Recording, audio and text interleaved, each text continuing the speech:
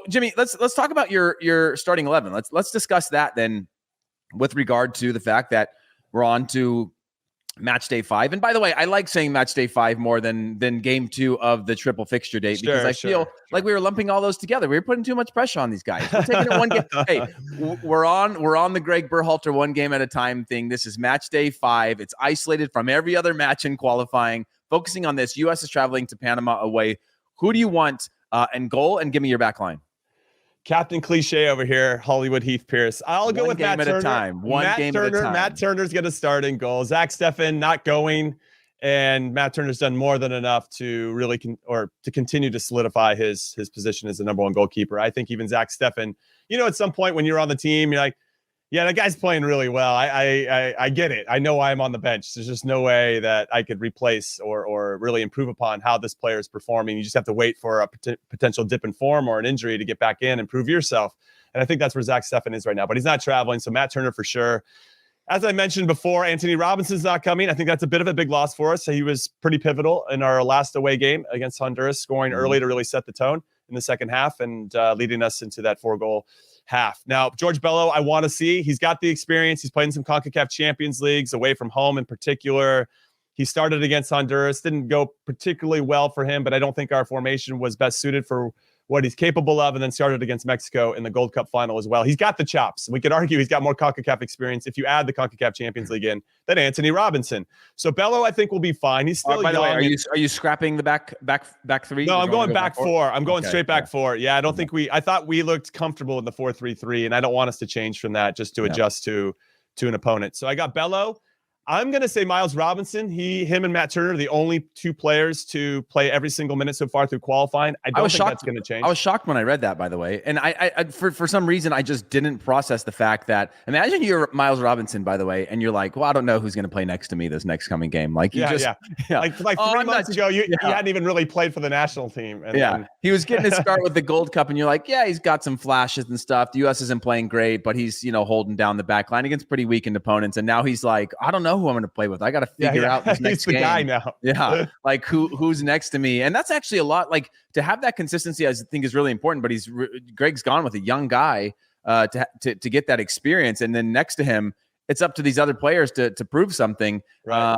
And again, like they haven't lost. So I think it's pretty great. Yeah, no, I think it's great too. He also, as a former number 12 center back for the U.S., I'm very proud to see another number 12 dominating out there. So 8-0-2, Jimmy, by the way. Des just threw this up on the screen. The U.S. has gone 8-0-2 with Matt Turner and Miles Robinson on the field. Well, and by the way, to follow up on that quick stat, the U.S. is unbeaten in 14 straight competitive games, Jimmy. I know. 14 straight competitive games. That's pretty wild. Now, again, it just so happens that those competitive games went from, Nations League to Gold Cup to this, but there's still something to be said to what you've been talking about a lot with regard to all this, which is they know how to get results. They know how to stay in games. They know how to not lose. And I think there's something really powerful in that. And we're seeing that now in the form of statistics, not just individual games. Sorry. Yeah, no worries. I was just going to, actually throw you another easy cliche. If it ain't broke, don't fix it, right? And with Miles Robinson and Matt Turner, there's no reason to bring him out of the team right now. I would actually roll with Mark McKenzie next to him. They obviously have that experience in Honduras. I think there is some rapport there in tough situations away from home. Zimmerman, I thought, was fantastic against Jamaica. He won every single one of his aerial duels. I think he had more I don't know what the name of the stat is, but more takeaways than any other player. He won all of his aerial duels. Every one that he went up for, against Shamar Nicholson, who's 6'4". So I mean, fair play to Walker Zimmerman. And I just thought he was solid. You could potentially roll him out again, but I do think that there was probably some decisions to be made. Like if Zimmerman starts here, we're going to give McKenzie the next one. And because they have that experience in Honduras, I think you roll with that. And then I go with Yedlin. Yedlin also came in on the second half against Honduras. You give Des that rest. Yedlin has more CONCACAF qualifying experience than any other player out on the field. And I think that it's a lot of changes to a back line, but because these players have played together already and have some experience and rapport. And also I did want to mention, just for everybody to think about, and I thought about it while you were talking a little bit earlier, Heath, one of the mistakes that I think Bruce Arena did make the last World Cup qualifying phase is after we beat, Panama 4-0 in Orlando, and then we went down to Trinidad to get that result. He rolled out the same team. And I remember looking at the bench going, man, if you just would have given certain of those players, not all of them, you'd have to change everybody. But if you would have made 4 or 5 changes and gave those other players that were a little bit hungrier to go out and get a result, I bet you we would have qualified for the 2018 World Cup. Now, there's a lot of what ifs there. And obviously, it's hindsight to be a Monday morning quarterback. But I feel like maybe Gregg is tapping into that a little bit because we have the options and because now he's given a lot of experience to a lot of different players. So that's a lot of changes to the back line, but that's what I'd like to see. How about you? Yeah, I agree with you on that back line. And the only thing that I would say is I'm looking at DeAndre Yedlin in the eyes before the game, and I'm saying, hey, man, pick and choose your moments to go forward. Yeah, you are a defender first. You're playing away from home. Remember that. Right. And you're our oldest guy. And you're our oldest guy. Don't be lead by making good decisions on the ball. Yeah. Don't be the one that's out there making the most mistakes, because then everybody's like, all right, DeAndre's not doing his job. And then when I look at Mark McKenzie or I'm blanking on Miles Robinson. Walker Zimmerman. Sorry. When I'm looking at those two, what I like about both of them, either of them, for this game, and it's the same with Robinson, is that there is a simplicity to their game that they have shown that makes the game more predictable. Jimmy, you've played on teams before where you're missing some of your key players in the buildup or your quality or your technical players, and you're forced to play different, right? You know that, okay, I'm Jimmy Conrad. I'm going to play the square ball to a different center back who's not comfortable driving the ball up the field. They're not comfortable with the long diagonal. So now we got to play differently, right? And now you got to find a way to make that person better. So maybe they're laying that ball back to you, or the press or the buildup starts going a different direction. And I think that predictability and that willingness to play simple forces this team or force Gregg's hand over time to go, oh yeah, we're not going to play through everybody. We're not going to play out. I go back to the second half against Honduras, and all Mark McKenzie did was win duels, kick the ball up into the stands, get back into position, and do it over and over again to see out that win. Now, granted, when you're scoring that many goals, it simplifies what your role in the team is. And I think the same thing with Zimmerman. It's just winning those duels, those sub battles of the game, which establishes a different level. So I like that. Let's give me your midfield and I'll give you a front six, baby. Let's go the front six. So we did our back line and goalkeeper. This is a tough one because I feel like Tyler Adams is the type of player that wants to be involved in every single minute. He is captain material. He's not going to want to miss this. However, if you do want to give him a rest to make sure he's sharp for Costa Rica, and Costa Rica, despite not scoring goals, not giving up a lot either. So they're going to be, I think, difficult to get a result against at home.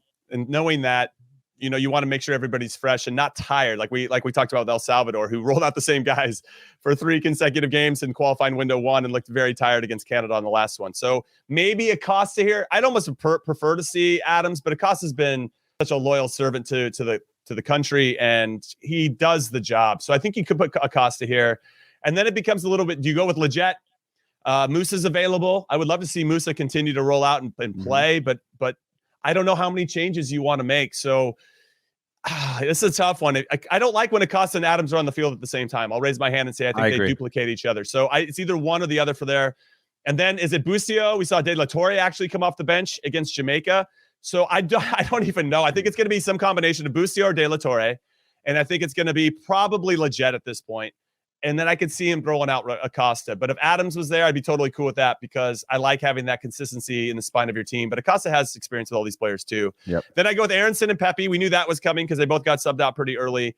And then I don't think you go with Arriola again. I think he did his job. I think he went out there to run and be a pest, and is exactly what he did. And he did it to the highest level. And he created space, especially on that first goal for us. We kind of got out of the way so Musa and Weah could kind of dominate that channel and end up getting that cross and having the space to do so. So there's little things that I like about Arriola's game.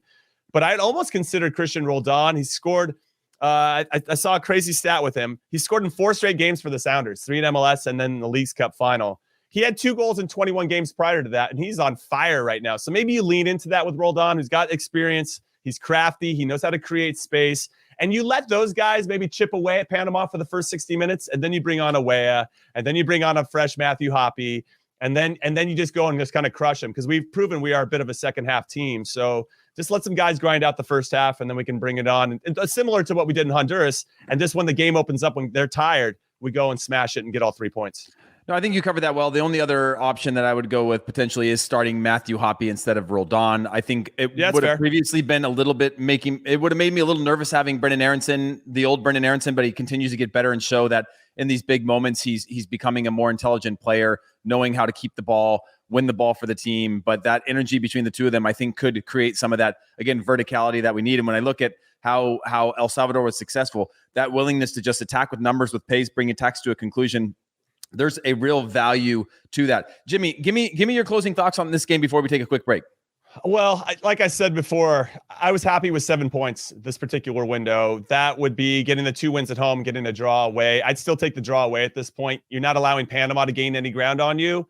And as long as you win your home games and get draws away from home, you're easily going to qualify for the World Cup. I don't think we should deviate from that. And if we get a draw, great.